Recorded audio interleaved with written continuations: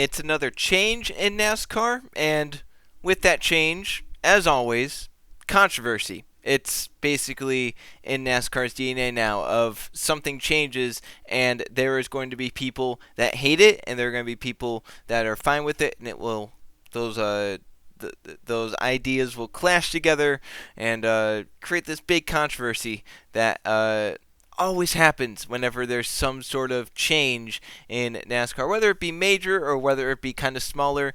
This one's not terribly big in the realm of the NASCAR world. However, it did spark some major controversy when it was first introduced. So, this week it was not rumored, but it was scheduled for an Atlanta announcement regarding the future of the track. Now, many people speculated what this could be. Obviously, a lot of people look to a repave since the track is very, very worn out, and at points it's probably taking a lot more money to keep up with the track and keep it, in racing condition than it would be to just repave it and hopefully have it good for another however many years it does off of the repave. So people were speculating that, but also people were speculating a possible return to Atlanta Old, which is basically the Homestead version with really high bank corners on either side, where it's just two long straight straightaways instead of kind of the quad oval we have now, and with the high bank corners.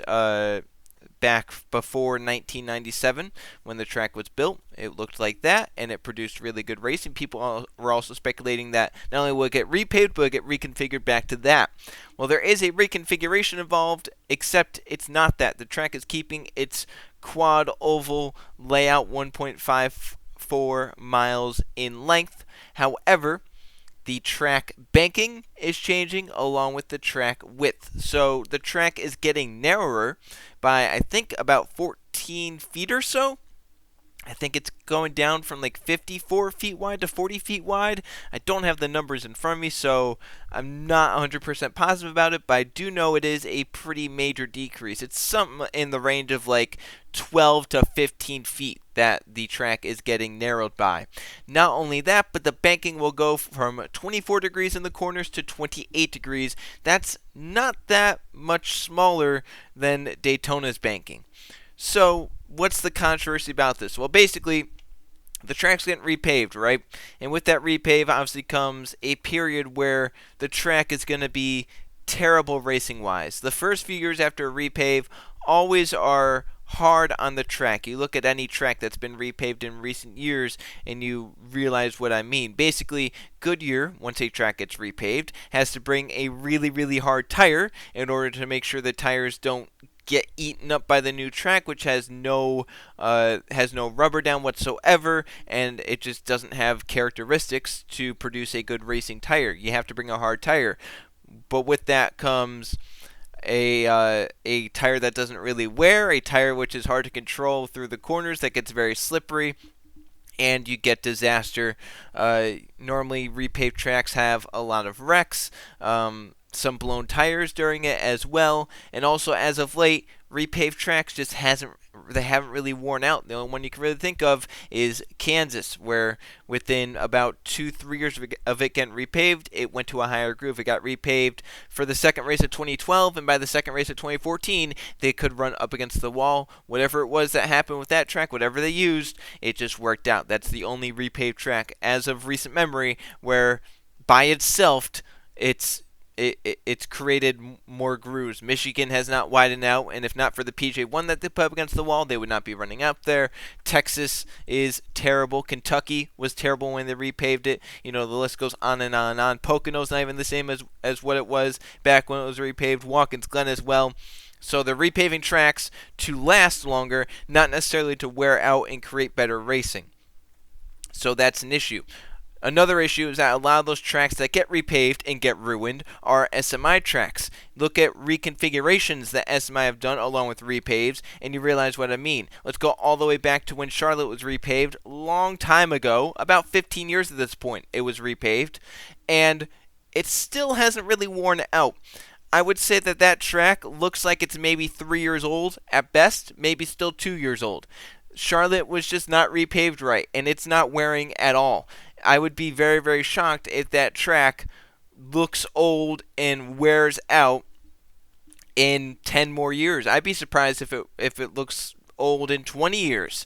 I mean, it just seems like it's aging at like 100th of the pace it should be. Look at Bristol, right? It was single file around the bottom. They reconfigured it for some progressive banking stuff, and then it was just top lane running, and the only way it could make passes was to slide job people. And the only reason it's not like that now is because they put PJ1 around the bottom of the racetrack. Otherwise, we'd still be having it where the only way you could pass at Bristol is by slide jobs. And look at Texas. It was fine how it was, but they had to repave it because whenever it would rain just a little bit, those rain delays were taking hours, and it wasn't like it was getting drenched. It was just a simple rain delay. So they reconfigured it, repaved it, did some stuff with the drainage system, whatnot, but they also reconfigured it. Turns 1 and 2, they got rid of banking and made it wider. They kept 3 and 4 the same. The end result, though, 1 and 2 is a disaster, and the track still isn't worn out, even though it got repaved in 2017. The track still isn't worn out, and they're still running around the bottom, and the only way they get up off of the bottom of the racetrack is because they put some PJ1 up a little bit higher. So basically I'm saying SMI's track history, pun intended, is not good at all. SMI's track history in terms of repaving is not good. They are basically for whatever they've reconfigured or repaved. It's just not good.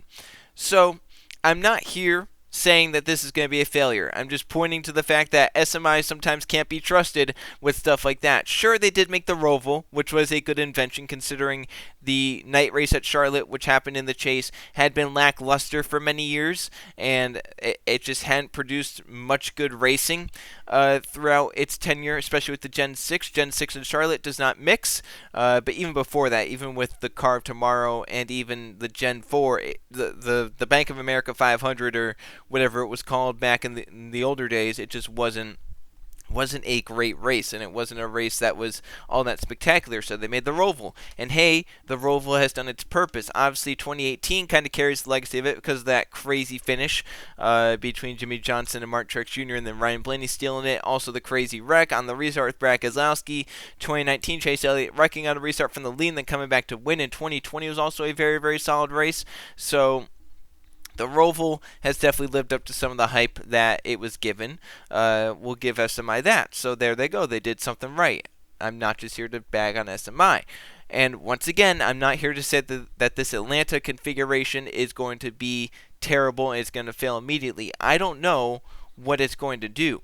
However, I'm just stating the facts that are out in front of what SMI has done in the past. I will give the Atlanta configuration a few races, as what most people should do with new ideas is give it a few chances to see how it is, and then form your opinion. Instead of just judging it before ever seeing it, wait and see how it goes. You know, if you judge something before it happens, how do you know what's going to happen? That's like saying this will never work, even though you never try it. How do you know it's never going to work if you never try it or never put it into practice? That's just not how it works. So we'll give this new Atlanta configuration a few things. The only thing that makes me wary is what people from SMI and Atlanta Motor Speedway have said about the track. They have said the goal of this track was to create closer racing, which includes pack racing. They want to create pack racing with this track. That scares me a little bit. It doesn't scare me because of the drivers and whatnot. It just scares me because that seems like the direction NASCAR has been wanting to go for a few years now, is trying to get these cars really, really close together in a pack. It's almost like they're trying to create a slower version of what IndyCar was about 6, 7, 8 years ago. And it's honestly kind of scary when you look at it. So, I mean, there were some quotes on Twitter about what some Atlanta people and SMI people were saying about the track, and basically they were saying that they did not ask for any driver input at all. In fact, drivers only found out what the track was going to be like with the announcement. They had not heard anything about the track. They did not consult any drivers. If they did, they only consulted one or two, and if they even did, I'd be shocked. And the reason for not consulting drivers is they said drivers normally have the complete opposite view of what the fans want. So the fans apparently want exactly the opposite of what the drivers want. And then they went on to add stuff about, trying to create closer pack racing. That's why they narrowed the track up, so they have to run closer side by side, and they increase the banking to hopefully keep it so the cars will draft and stay together. So that basically they don't have to lift off the gas. And when you look at it, it makes sense. First of all, with current Atlanta, where it is worn out all to hell and there's 24 degrees of banking, they're always on the gas, and the only time they ever have to lift is late into a run because of worn tires. So on new Atlanta, with a tire that's not going to wear at all, with 4 more degrees of banking, they're definitely not going to be lifting, which means they're probably going to be drafting a lot, which means it's going to be momentum based, which is basically a super speedway race. So we're basically going to have a 1.5 mile super speedway is what I'm getting at this point.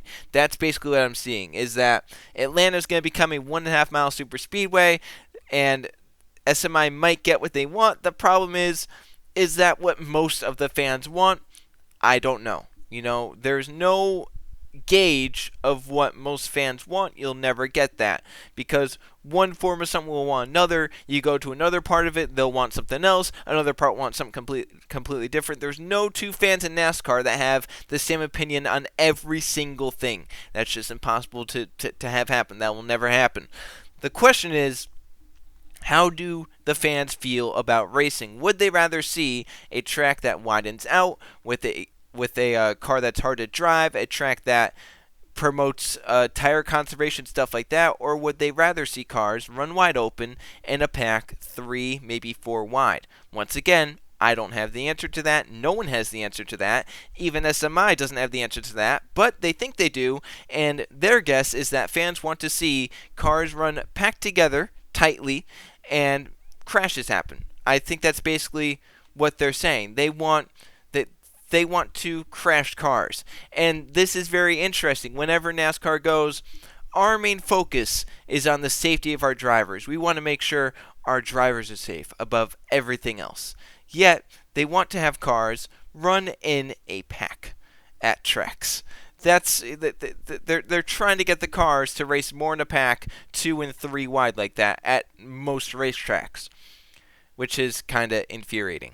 Now, to the driver's point, some drivers were asked about this new configuration of Atlanta. Denny Hamlin, definitely the most outspoken. We'll get to him last. We'll start with Alex Bowman, who I think Bob Pockrass interviewed about it. Bowman said, I don't have the quote up, but along the lines of, oh man, they're repaving it. Well, I mean, I would rather they didn't, but I see if they have to, why. He also said that the banking they had now was fine. Austin Dillon was also asked that same question. He basically echoed the same sentiment of, I get they have to repave it. I'd rather they didn't, but I get why they have to. I felt the current banking, the current track is fine how it is right now. If they want to do anything, they should just repave it.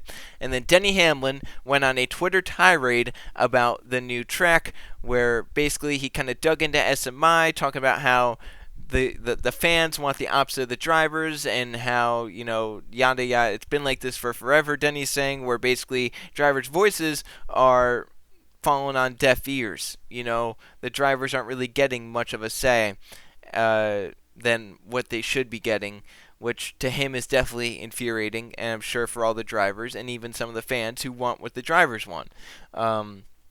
So it's kind of interesting how there's a lot of things the drivers have wanted in the past, and I don't know if any of them are still around really when you look at it. The drivers had been lobbying for years and years and years for harder to drive race cars. We got harder to drive race cars, but then they went the complete opposite direction.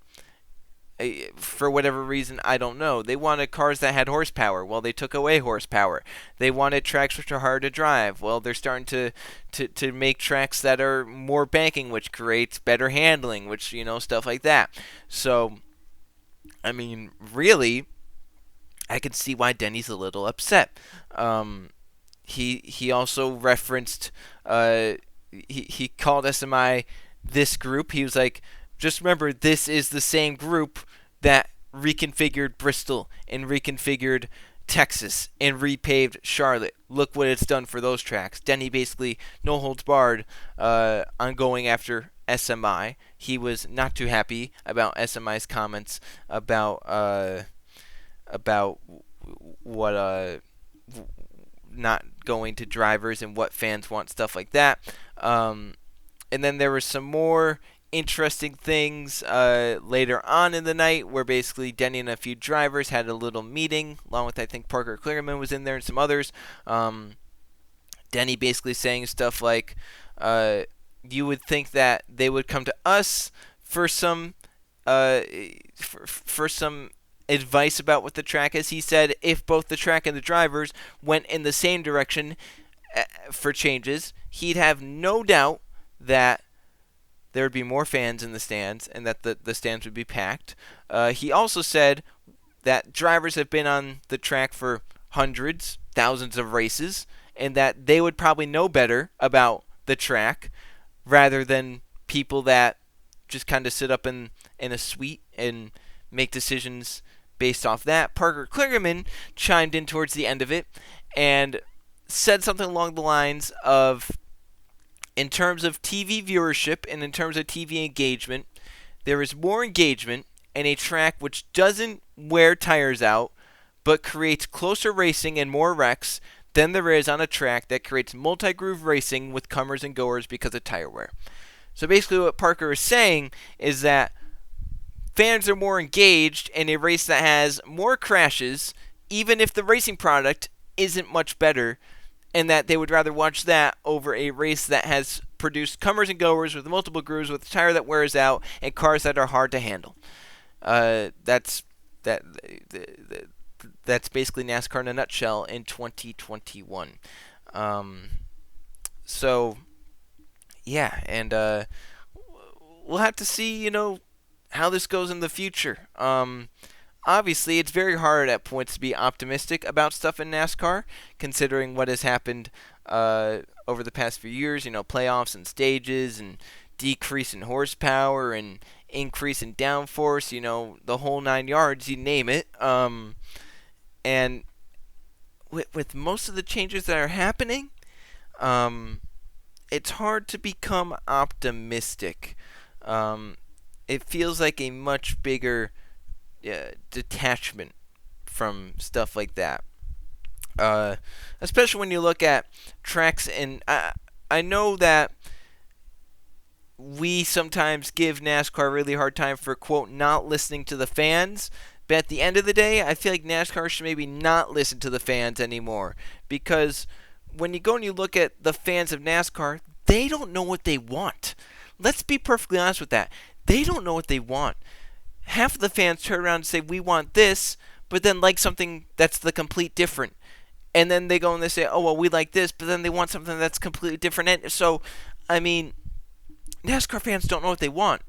That's how it is. And the loudest ones are the ones that are the worst. They're like, we want this, but then they're like, we like this, and it's a completely different thing, which is bad. They should be listening to the people that are driving the cars.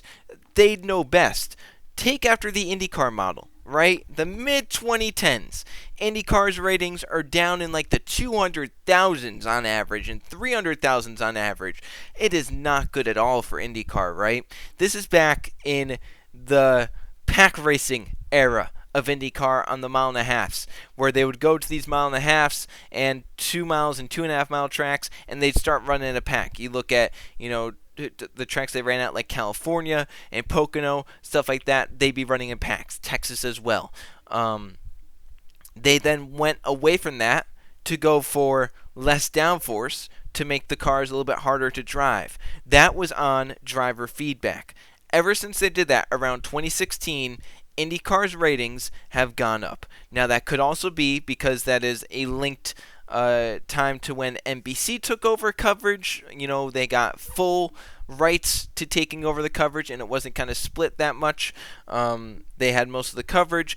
Ratings started to go up. That also could be a possibility on why they went up, but I think it is also kind of ironic that, around the time when they were pack racing and 3, 4, 5 wide racing at these bigger racetracks with cars that were easier to handle. I wouldn't say easy because they were still in open wheel cars racing in 210 mile an hour packs. But at the end of the day, it looks cool and it seems cool, but that only attracts the casual fan. They won't stay around for everything. if you make all your racing kind of the same, like IndyCar did, for example, drivers said, we want cars that are hard to drive. IndyCar said, all right, we'll give you cars that are hard to drive. And they put out a car with aero kits that have less downforce. And the end result, TV ratings went up, and they are steady right now for IndyCar. It's not really looking like they're going to go down. If anything, they'll still be increasing from race to race, which is really good for IndyCar. Meanwhile, NASCAR is still struggling at points going down, at points slightly going up, but it's either flat or slightly down from a year to year. While IndyCar is either slightly up or even. I have not seen them go down in quite a long time. So the IndyCar model is working. Why doesn't NASCAR adopt it? I don't know. The problem is, with this new Atlanta track, they're going to repave it. The track's never going to wear out because they're going to use this amazing pavement, which is just not going to age at all, because you'd rather have a track that lasts for 50 years than having to repave it every 20 or every 15. Just less money, stuff like that. So then Goodyear will always have to bring a harder tire. And what this also kind of means is, if they're looking into doing pack racing at 1.5 miles at Atlanta Motor Speedway, that means for the next-gen car, because this is running with the next-gen car, that means they're not looking at increasing horsepower by that much or decreasing downforce by that much. They're looking at keeping probably the same downforce levels, and if they're going to increase the horsepower at a track like this, it'll only be by a little bit. And as a matter of fact, they might even decrease the horsepower in Atlanta if they if they do some simulations and it looks how it looks with some speeds and whatnot, because that's just, it's a little infuriating just thinking about it, I'll be honest. Yeah, I mean, I don't really have much more to add. Atlanta might be becoming a super speedway. Once again, I'm not going to judge it bad or good until we see a few races on it. I am going to say that I am worried about it and the direction that NASCAR seems to be going with trying to create pack racing at 1.5 mile track, because they think that's engaging. So, yeah, that's it. Thanks for watching. I'll see you guys next time.